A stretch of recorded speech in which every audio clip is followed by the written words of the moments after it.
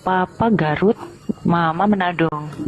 Cuman Oh, saya dididiknya memang dari kecil Muslim sih, gitu.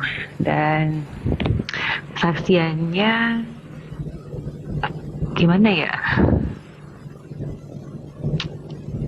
Waktu kalau saya sih waktu pas terima Tuhan Yesus itu waktu umur kelas 3 SMP gitu. Dan itu waktu dulu tuh saya apa mendengar puji-pujian lagu-lagu rohani kayak gitu gitu kok ngerasanya ada perbedaan, ada rasa tenang tiba-tiba nangis tapi saya nggak ngerti itu tuh maksudnya apa ya gitu kan.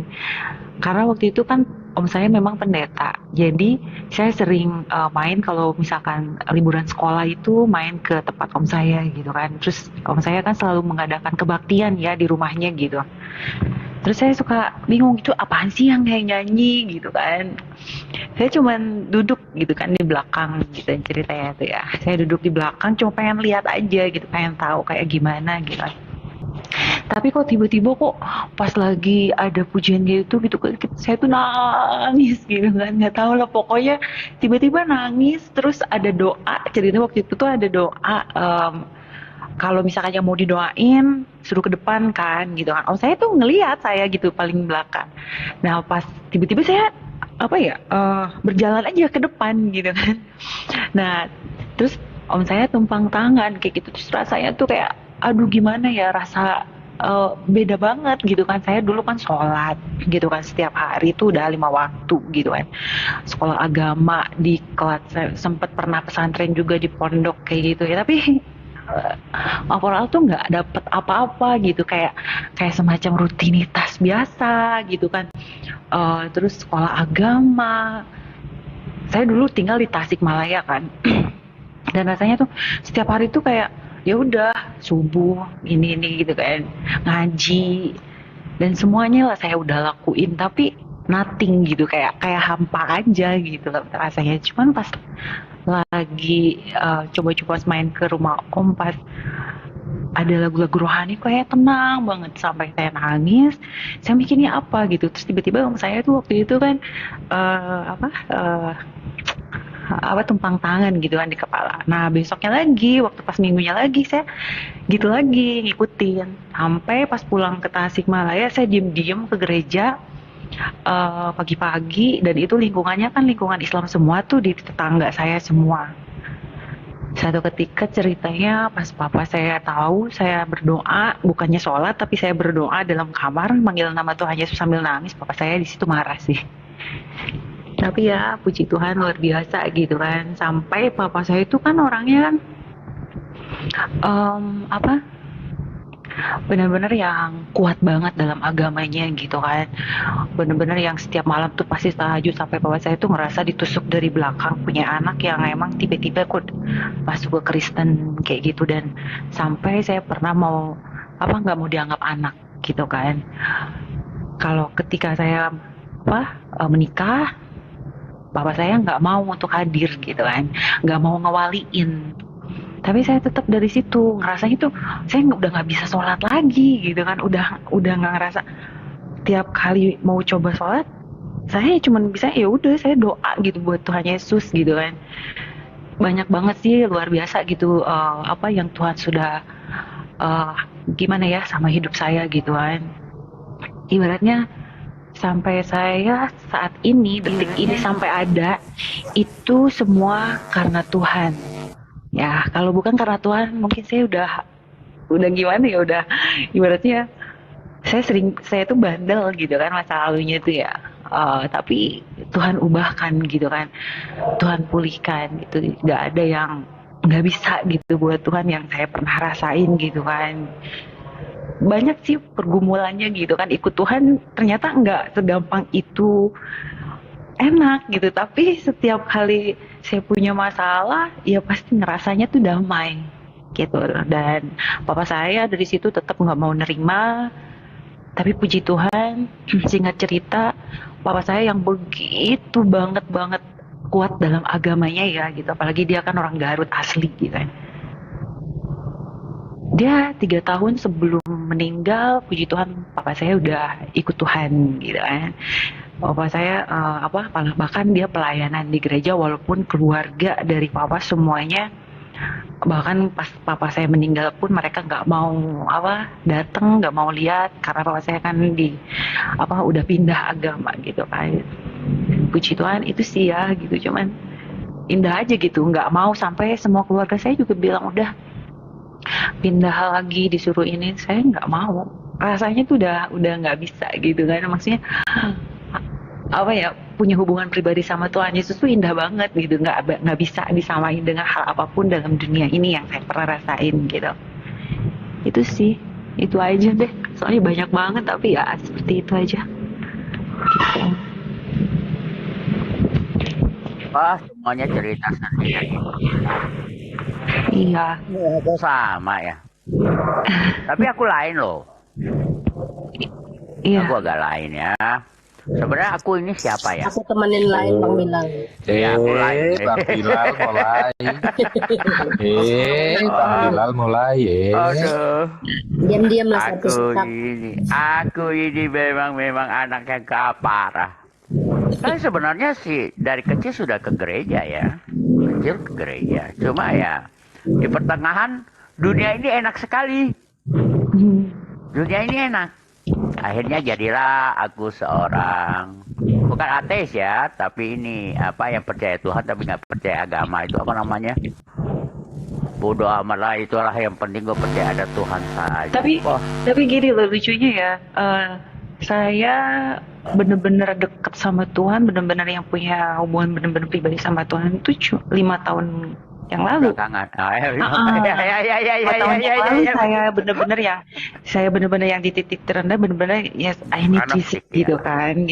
Emang awalnya mah kelas 3 SMP saya ngerasa oh iya saya percaya Tuhan Yesus, tapi nggak ada yang ngebimbing gitu loh dalam hidup saya, hari-hari saya gitu kan, nggak ada pembimbingan secara rohani, nggak ada yang, pokoknya saya sendiri gitu loh. Tapi tetap saya nggak bisa untuk kembali lagi ke Islam tuh kayak udah lupa aja. Cuman walaupun hidup saya dalam pergaulan yang buruk gitu kan atau apapun, saya tetap pengen sama Tuhan gitu kan, nyari jati diri saya gitu kan waktu zaman dulu ya sendiri gitu, sampai sekarang umur saya 40 tahun, 5 tahun yang lalu loh saya benar-benar ngerasa dekat sama Tuhan gitu kan, ya benar-benar yang ngerasa gitu kan butuh Tuhan banget gitu kan di saat titik terendah, saat ada masalah. Tapi disitulah mungkin Tuhan kasih ini ya gitu kan, ya itulah gitu. Ya saya dulu ya agnostik lama, tapi kadang saya berdoa pada Allah Bapa ya, nggak pernah berdoa pada Yesus. Betul, saya juga sama ya. Saya ini anaknya keren, saya hidupnya keren, pokoknya keren. Saya mah orang gila. Kalau lu percaya gak ada orang yang ke diskotik lagi on berat bisa berdoa? Yesus saya. Saya mah gila itu benar ya. Iya. Tapi hebatnya nggak ada yang bisa diubahkan sama Tuhan ya. Saya juga dulu sama gitu kan. Pergaulan saya kurang bagus di masa lalu saya, benar-benar yang ini. Tapi setiap kali ini saya bisa nulis di dalam buku diary itu cuman berdoa Tuhan Yesus.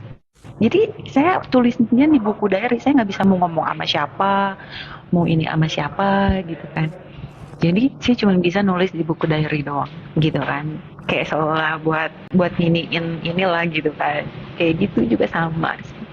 Iya, jalan Tuhan itu banyak ya, benar. Iya, betul sekali. Ya, jalan menuju Tuhan itu banyak. Kalau dibilang cerita begitu, saya lagi saya 1 minggu bisa 3 kali di sana.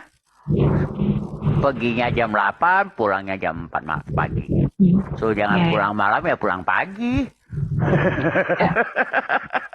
Kalau jam 8 ya. Tapi memang benar ya, tidak ada yang bisa diubahkan dari Tuhan. Saya dulu pemarah, emosional, gampang. Pokoknya saya tuh benar-benar kayak gimana ya? Saya itu dulu gampang kepahitan sama orang, sakit hati. Pokoknya banyak masa lalu saya yang emang saya tuh nggak diberesin, tapi hidup saya nggak benar gitu ke depannya.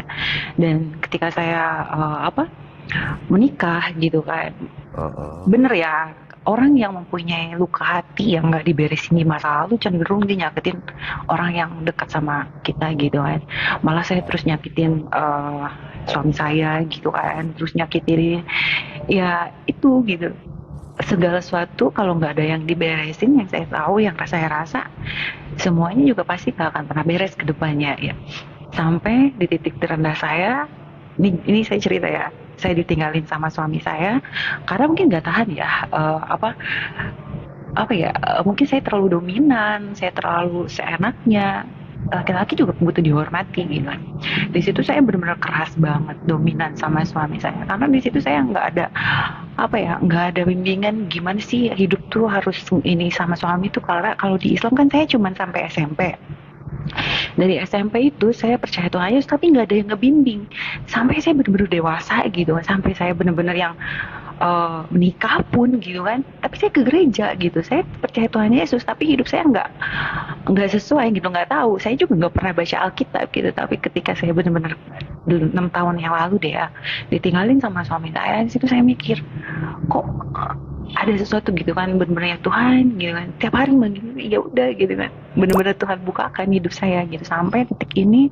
Puji Tuhan, walaupun ya saya udah nggak bisa marah lagi malah gitu kan, mungkin ada rasa pengen marah tapi saya udah nggak bisa berkata-kata seperti wah dulu bahasa binatang gitu. Sekarang saya cuman ini proses saya gitu kan, saya ngerasa kalau saya mau marah sih cuman diem, saya ada ke kamar atau apapun, saya cuman berdoa sama Tuhan. Tuhan, saya cuma biasanya nangis dan berdoa untuk ngeiniin gitu kan, berusaha untuk menjadi pribadi yang Tuhan inginkan dan bisa lebih kuat lagi. Ternyata memang benar ya, Tuhan mampuin gitu. Gak ada yang gak Tuhan mampukan dalam hidup saya ketika saya ngelakuin hal yang salah. Kata orang karakter gak bisa diubah. Sampai banyak keluarga saya yang memang gimana ya, amazing banget gitu, kok bisa sih katanya, sampai ada yang bilang gini, nggak mungkin suatu saat kamu pasti bakal ada meledaknya gini-gini. Tapi puji Tuhan selama 6 tahun ini saya benar-benar yang pengen deket terus sama Tuhan, nggak mau sampai, tapi memang kerasa banget ya ketika saya sedikit aja jauh dari Tuhan gitu kan, atau sedikit aja gitu kan, ini hidup saya melenceng lagi, maksudnya gampang marah lagi. Itu saya ada rasa ketakutan yang oh iya berarti hidup hari-hari saya itu emang butuh sama Tuhan gitu kan, pengen gimana ya, kata orang tuh ekstrim lah gitu loh sama Tuhan. Kerasa banget karena kemarin juga saya sempat agak jauh dari Tuhan tuh, udah mulai lagi emosi nggak stabil gitu kan. Terus saya mikir oh Tuhan, aku nggak bisa kayak gini. Tapi berjalan sama Tuhan lagi, saya coba lagi bener-bener sama Tuhan lagi, saya bener-bener meraih lagi gitu kan, Tuhan aku nggak bisa kayak gini, saya pengen bener-bener yang nggak mau deh gitu kan untuk kembali lagi gitu kan pada emosi atau sikap karakter kayak gitu lagi. Ternyata memang sedikit pun jauh dari Tuhan, yang saya udah pernah rasain kayak bisa melenceng gitu kan, hal apapun itu gitu kan. Itu aja sih, puji Tuhan gak ada yang gak bisa Tuhan ubahkan dalam hidup saya. Yes. Tuhan Tuhan pasti kita bisa. hebat ya, Tuhan Amin. kita hebat, betul, amin. Biarpun Betul kita banget. meninggalkan Tuhan, tapi Tuhan tetap mendekati kita, betul nggak Bu Cimon? Banget Iya. banget, Iya. saya tuh dulu bener-bener gak Tuhan pemahaman. menetapkan langkah-langkah orang yang hidupnya berkenan kepadanya. Apabila ia jatuh, tak sampai Iya, betul. tergeletak, sebab Tuhan menopang tangannya. Itulah Mbak Cimot ya, pujian itu ketika kita mau datang pada Tuhan, Tuhan pasti, meskipun Mbak Cimot mau marah dan seterusnya, ketika datang kepada Tuhan, ya Tuhan nggak Benar. mengizinkan kita jatuh. Oleh karena Iya, itu benar tetap banget. bergantung Amin, pada amin. Tuhan. Wah, Amin. wah itu lagunya bagus sekali ya. Lagu itu bagus sekali sambil makan ikan bakar di Jimbaran, itu enak itu. Pak Rusli, ini Mak Lina baru saja dari sana itu. Wih, Malina sombong, gak Ya, ngajak-ngajak. saya beberapa kali pergi ke sana, ke Denpasar, nomor kontak sudah tidak ada. Itu kontak saja, itu servis otak. Pastor.